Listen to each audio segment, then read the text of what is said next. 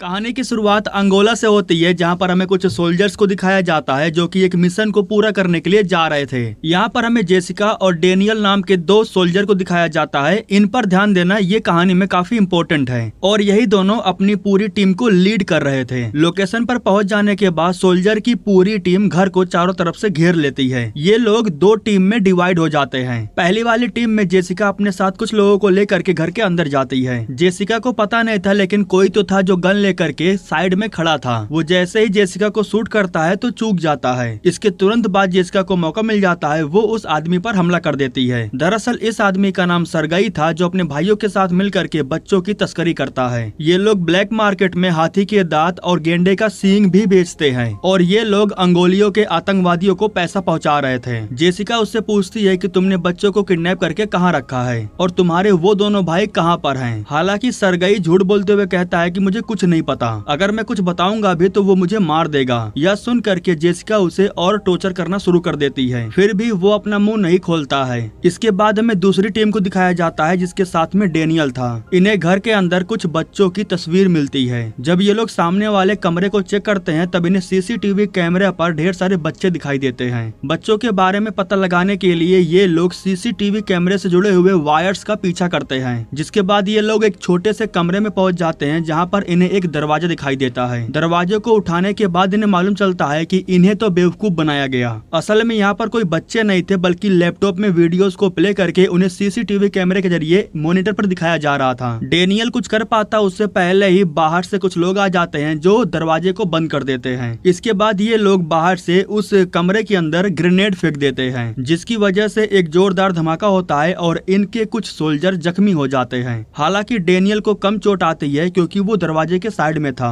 लेकिन इसके बाद डेनियल उन लोगों के हत्थे लग जाता है। इधर जेसिका अपने एक साथी के साथ सरगई को लेकर के यहाँ से बाहर निकल रही थी, लेकिन तभी अचानक से यहाँ पर बहुत सारे लोग आ जाते हैं और इन पर फायरिंग करने लगते हैं। जेसिका का वो साथी जो उसे कवर दे रहा था, उसे गोली लग जाती है, जिसकी वजह से मौके पर ही उसकी मौत हो जाती है और अब जेसिका अकेली बची हुई थी। जिसके बाद वो गुंडों पर लगातार गोलियां चलाती है और वो कईयों को जख्मी भी कर देती है, लेकिन इस दौरान ध्यान न दे पाने की वजह से सरगई भागने में कामयाब हो जाता है। सरगई को रोकने के लिए वो खुले में आकर के गोलियां चलाने लगती है, जिसकी वजह से जेसिका को एक गोली लग जाती है। वो जख्मी होने की वजह से कवर में चली जाती है। इधर ये लोग डेनियल को लेकर के बाहर आते हैं। अब यहाँ पर हमें सरगई के भाइयों को दिखाया जाता है, इवान और लाजार। ये तीनों भाई मिल करके अपनी टीम के साथ तस्करी का काम करते हैं, जैसे कि हाथी के दांत और गेंडे का सींग ब्लैक मार्केट में बेचना, बच्चों को किडनैप करने के बाद उनके माँ बाप से पैसे मांगना, और जब पैसे नहीं मिलते हैं तो उन बच्चों को ले जाकर के ये लोग कहीं और बेच देते हैं। यहाँ पर लाजार जेसिका से कहता है कि बाहर आकर के खुद को सरेंडर कर दो, वरना मैं तुम्हारे दोस्त को जान से मार दूंगा। लेकिन जेसिका खुद को सरेंडर नहीं करती है, बल्कि वो उनके आदमियों से फाइट करती है। जेसिका को बाहर निकालने के लिए ये लोग डेनियल को टॉर्चर करते हैं, उसे गोलियों से शूट भी करते हैं। जेसिका सब कुछ देख रही थी, लेकिन वो खुद को सरेंडर नहीं करती, क्योंकि उसे पता था कि अगर वो खुद को सरेंडर करेगी तो ये लोग उसे भी मार देंगे। जब जेसिका बाहर नहीं निकलती है तब इवान उसे ढूंढने के लिए जाता है। तभी जेसिका पीछे से इवान पर चाकू से हमला कर देती है और मौके पर ही वो इवान को जान से खत्म कर देती है। इवान इनका सबसे खास आदमी था और लाजार का भाई होने की वजह से इन्हें बहुत दुख होता है। इवान को मारते ही लाजार जेसिका पर कई बार फायरिंग करने लगता है, जिसके बाद जेसिका जल्दी से यहाँ से भाग करके कवर में जाकर के छुप जाती है। इवान मौत के बहुत करीब था, वो तड़प रहा था। इवान के साथ जो हुआ अब वही चीज ये लोग डेनियल के साथ करने वाले थे। लाजार तुरंत डेनियल को शूट कर देता है। जब जेसिका को गोली चलने की आवाज सुनाई देती है तब वो समझ जाती है कि इन लोगों ने डेनियल को मार दिया है, जिसके बाद वो चुपचाप यहाँ से निकल जाती है।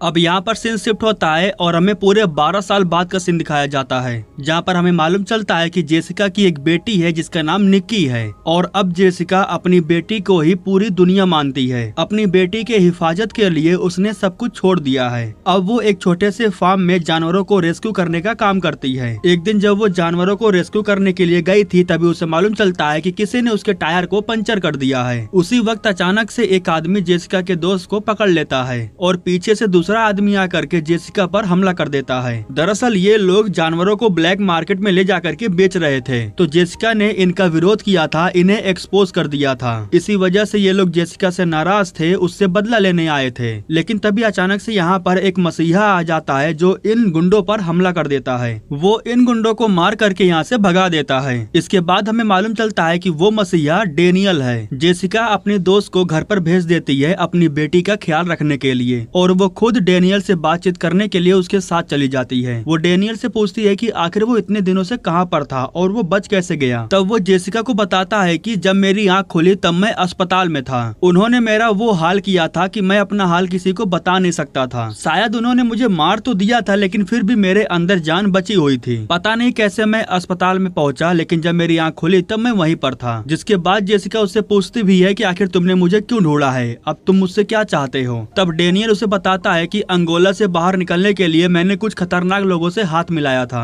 और अब मुझे एक काम पूरा करके उनका कर्ज चुकाना है। मैं चाहता हूँ कि तुम मेरा साथ दो ताकि हम उस काम को पूरा कर सके। तुम्हारे अलावा ये काम और कोई नहीं कर सकता। जिस पर जेसिका उससे कहती है कि अब मैं वो सब छोड़ चुकी हूँ। पूरे 12 साल बीत चुके हैं और अब मैं अपने काम में बिजी हो चुकी हूँ। मुझे अब वैसे भी वक्त नहीं मिलता। डेनियल उससे कहता है कि कहीं तुमने घर वर तो नहीं बसा लिया, कहीं बच्चे तो नहीं कर लिए। जिस पर जेसिका कहती है कि नहीं नहीं, ऐसी कोई बात नहीं है, मुझे बस अपने काम से फुर्सत नहीं मिलता, इसीलिए मैं तुम्हारे काम में तुम्हारा साथ नहीं दे सकती। तुम्हें ये अकेले ही करना होगा। इसके बाद जेसिका जल्दी से जाकर के अपनी कार में बैठ जाती है और अपनी बेटी के पास कॉल करने लगती है। उसी वक्त पीछे से एक आदमी जेसिका को पकड़ लेता है। उस पर हमला करके वो जेसिका को बेहोश कर देता है। जब जेसिका बेहोश हो जाती है तब वो उसे लेकर के अपनी दूसरी कार में चला जाता है। इसके पीछे एक डेनियल का भी हाथ था। जैसे ही वो जेसिका के कार में जाकर के बैठता है तभी उसे जेसिका का फोन मिलता है, और जब वो फोन को खोलता है तब उसे मालूम चलता है कि जेसिका की एक बेटी है। हालांकि पहले उसे ये बात नहीं पता थी और जेसिका ने उसे बताया भी नहीं था। यहाँ बेनी नाम का एक आदमी था जिसने जेसिका को दूसरे कार में रखा।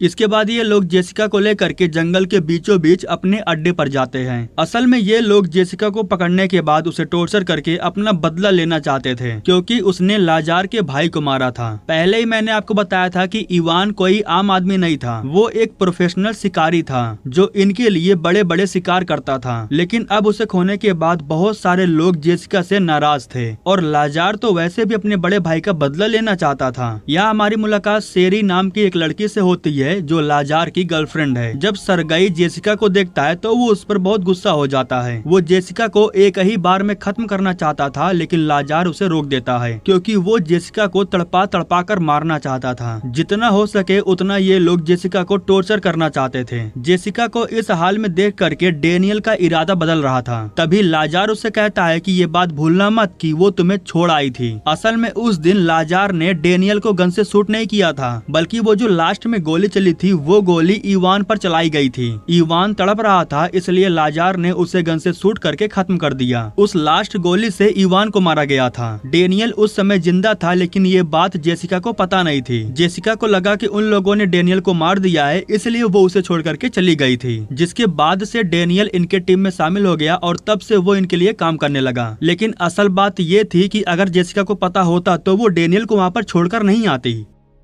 रात के समय में लाजार अपनी प्रेमिका के साथ शिकार करने के लिए जा रहा था, लेकिन शिकार पर जाने से पहले वो बेनी से बोल करके जाता है कि वो डेनियल पर नजर रखे, क्योंकि मुझे उस पर भरोसा नहीं है, वो किसी भी वक्त पार्टी को बदल सकता है। इनके चले जाने के बाद डेनियल जेसिका के पास जाता है और वो जेसिका से कहता है कि तुमने मुझे उसके बारे में पहले क्यों नहीं बताया। जब वो फोटो दिखाता है तब जेसिका समझ जाती है कि डेनियल को सब कुछ पता चल चुका है। वो डेनियल से पूछती भी है कि क्या तुमने इसके बारे में उन लोगों को बता दिया है। तो डेनियल कहता है कि मैंने उन्हें कुछ नहीं बताया है। वो ये भी कहता है कि अगर तुमने मुझे इसके बारे में पहले बता दिया होता तो मैं तुम्हारे साथ ऐसा नहीं होने देता। मैंने तुमसे पहले ही पूछा था, लेकिन तुमने मुझे कुछ नहीं बताया। जिस पर जेसिका उससे कहती भी है कि मुझे तुम पर भरोसा नहीं था। तभी जेसिका उस पर गुस्सा हो जाती है और उससे कहती है कि अब तुम्हें मुझ पर तरस आ रहा है। एक फोटो देख करके तुम बदल नहीं सकते हो। जो बाहर दरिंदे खड़े हैं तुम भी उन्हीं लोगों में से हो। ये बातें सुन करके डेनियल को गुस्सा आता है और वो उसके सर पर कांच की बोतल फोड़ देता है। इसके बाद वो कांच का एक छोटा सा टुकड़ा जेसिका की तरफ फेंक देता है। बिल्कुल सही सोचा है, वो जेसिका की हेल्प कर रहा था, लेकिन इन चूतियों को ये बात नहीं पता थी।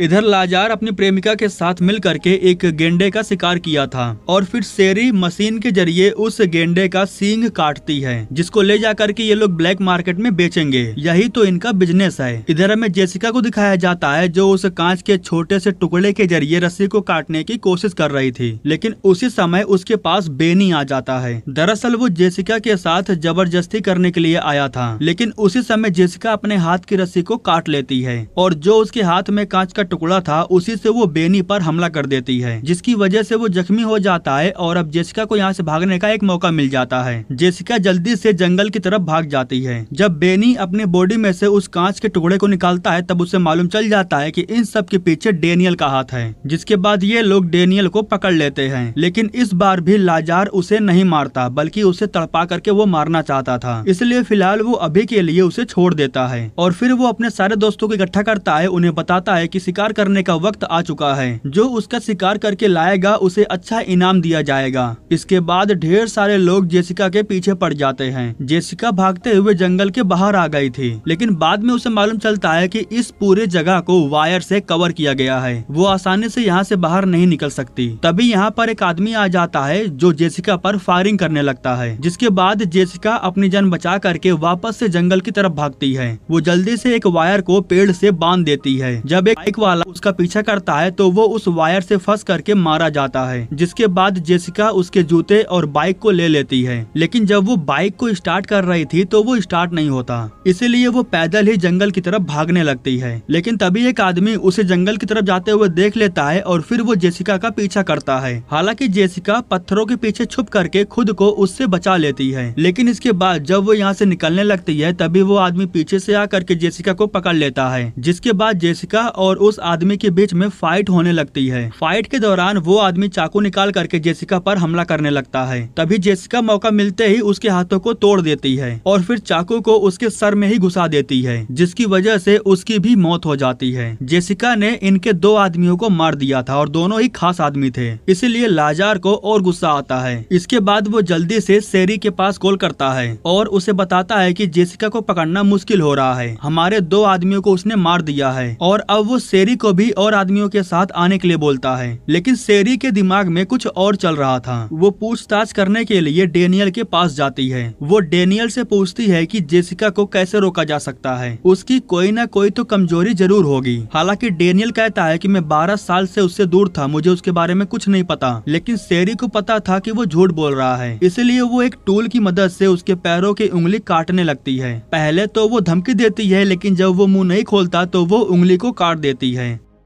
अगले दिन सुबह में हमें जेसिका को दिखाया जाता है जो भागते हुए एक छोटे से खंडर में चली जाती है, जहां पर वो अपने जख्मों पर मलहम पट्टी करती है। लेकिन उसी वक्त यहां पर कुछ गुंडे आते हैं और फिर यहां से चले जाते हैं। जेसिका को सामने रोड पर एक कार दिखाई देती है। उसने सोचा कि वो कार को लेकर के यहाँ से निकल सकती है, क्योंकि कार में चाबी लगी हुई थी, लेकिन उसे ये नहीं पता था कि उसे पकड़ने के लिए जाल बिछाया गया है। दरअसल एक टकला आदमी जेसिका पर स्नाइपर तान कर बैठा हुआ था। वो जैसे ही जेसिका को शूट करता है तभी निशाना चूक जाता है, क्योंकि बदकिस्मत से उसके पैरों के पास एक सांप आ गया था। जेसिका जैसे भागने की कोशिश करती है तभी उसे पता चलता है कि पीछे एक दूसरा आदमी भी है, जो कि गन से लगातार उस पर फायरिंग करने लगता है। जेसिका जल्दी से कार में बैठ करके यहाँ से भागने लगती है, लेकिन तभी टकला आदमी स्नाइपर से कार को पंचर कर देता है, जिसके बाद वो दूसरा वाला आदमी जा करके जेसिका पर हमला कर देता है। जब जेसिका और उस आदमी के बीच में फाइट हो रही थी तब ये टकला बार बार अपने स्नाइपर से कार पर शूट कर रहा था और इस दौरान वो बिना किसी की परवाह किए कार को ही उड़ा देता है। इस धमाके में जेसिका बच जाती है, लेकिन वो आदमी जलकर मारा जाता है। इसके बाद वो टकला आदमी जेसिका को मारने के लिए उसके करीब आ जाता है। वो जेसिका को मारने के लिए जैसे ही स्नाइपर को रिलोड करता है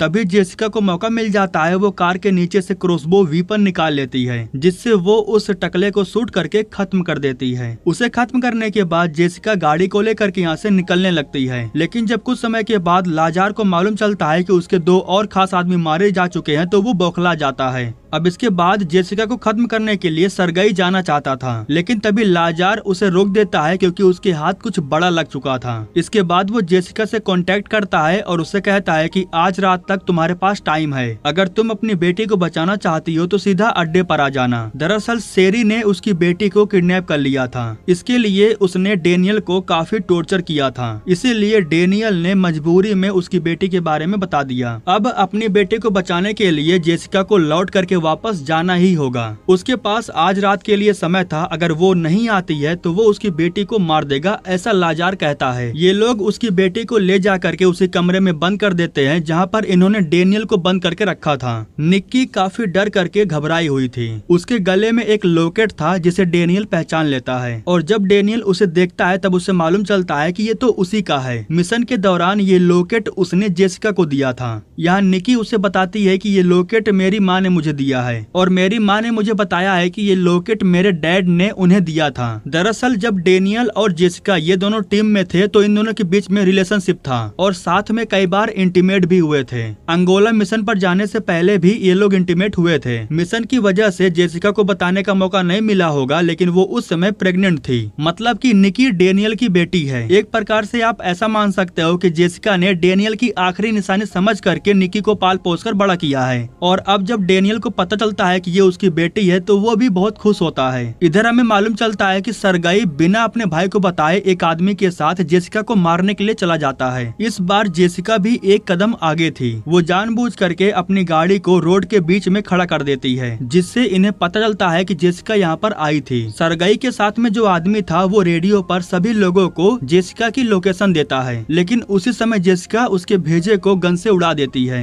गोली की आवाज सुन करके जब सरगई कार के पास आता है तब उसकी लड़ाई जेसिका के साथ में होने लगती है। जब दोनों के बीच में फाइट हो रही थी तो इस दौरान जेसिका कुछ बोतल सरगई के ऊपर फेंक देती है। उन बोतलों में पेट्रोल भरा हुआ था। इसके बाद जेसिका लाइटर जला करके उसकी बॉडी में आग लगा देती है, जिसकी वजह से वो तड़प तड़प करके मौके पर ही उसकी मौत हो जाती है। जेसिका रेडियो को चालू करके सरगई के चिल्लाने की आवाज लाजार को सुनाती है। भाई के चिल्लाने की आवाज सुन करके लाजार को बहुत गुस्सा आता है। बदले में ये लोग जबरन निक्की को ले जा करके एक बॉक्स में डाल करके जमीन के नीचे गाड़ देते हैं और फिर जेसिका से कहते हैं कि उसकी बेटी के पास बहुत कम वक्त बचा हुआ है, अगर वो वक्त पर नहीं आती है तो हो सकता है कि उसकी बेटी की मौत भी हो जाए। इधर डेनियल को भी ये सब देख करके बहुत बुरा लग रहा था, लेकिन वो कुछ कर नहीं पाता। अब इसके बाद डेनियल को खत्म करने के लिए लाजार उसके पास जाता है। डेनियल के साथ फाइट करने के लिए वो उसे छोड़ देता है। दोनों के बीच में फाइट होती है और लाजार उसे बहुत मारता है। एक चाकू से वो डेनियल पर हमला करके उसे जख्मी कर देता है। वो मरा नहीं था, सिर्फ जख्मी हालत में जमीन पर पड़ा हुआ था। लाजार उसे तड़पने के लिए छोड़ देता है। इसके बाद हमें शेरी को दिखाया जाता है जिसने जेसिका को ढूंढ लिया था। जैसे वो जेसिका पर हमला करती है तो वो समय रहते कवर में चली जाती है। कवर में जाने के बाद जेसिका इन पर फायरिंग करती है। 2-4 गोली शेरी को लग जाती है, जिसकी वजह से कार आउट ऑफ कंट्रोल हो जाता है और फिर इनके कार का बहुत ही बुरी तरह से एक्सीडेंट हो जाता है। इस एक्सीडेंट में शेरी और उसके साथ जो आदमी था दोनों की मौत हो जाती है। और फिर कुछ समय के बाद लाजार को पता चलता है कि जेसिका ने उसकी गर्लफ्रेंड को भी खत्म कर दिया है, जिसके बाद उसे बहुत गुस्सा आता है और वो अपने सारे आदमियों को तैयार रहने के लिए बोलता है। रात के समय में अंधेरे का फायदा उठा करके जेसिका अंदर घुस आती है और सभी लोगों पर लगातार फायरिंग करने लगती है। अंधेरे का फायदा उठा करके वो बहुत से लोगों को खत्म कर देती है, लेकिन जब एक धमाका होता है तो वो बॉक्स टूट जाता है जिसके अंदर निक्की को बंद करके गाड़ा गया था और अब नीचे के साइड में ढेर सारी मिट्टी इकट्ठा होने लगती है। उसी वक्त लाजार आकर के जेसिका पर गन से फायरिंग करने लगता है। लाजार उसे अपने हाथों से तड़पा तड़पा करके मारना चाहता था, लेकिन वो थोड़ा सा चूक जाता है। जेसिका को जैसे मौका मिलता है तो वो गेंडे का सींग निकाल कर उसके अंदर ही घुसा देती है, जिसकी वजह से मौके पर ही लाजार की मौत हो जाती है। इसके बाद वो जल्दी से मिट्टी को खोद करके अपनी बेटी को बाहर निकालती है। समय रहते वो अपनी बेटी को बचा लेती है। डेनियल मरा नहीं था, अभी भी उसकी सांसें चल रही थी। जेसिका एक कार लेती है जिसमें वो अपनी बेटी और डेनियल को बैठा करके यहाँ से निकल जाती है। इसी के साथ ये कहानी यहीं पर खत्म हो जाती है।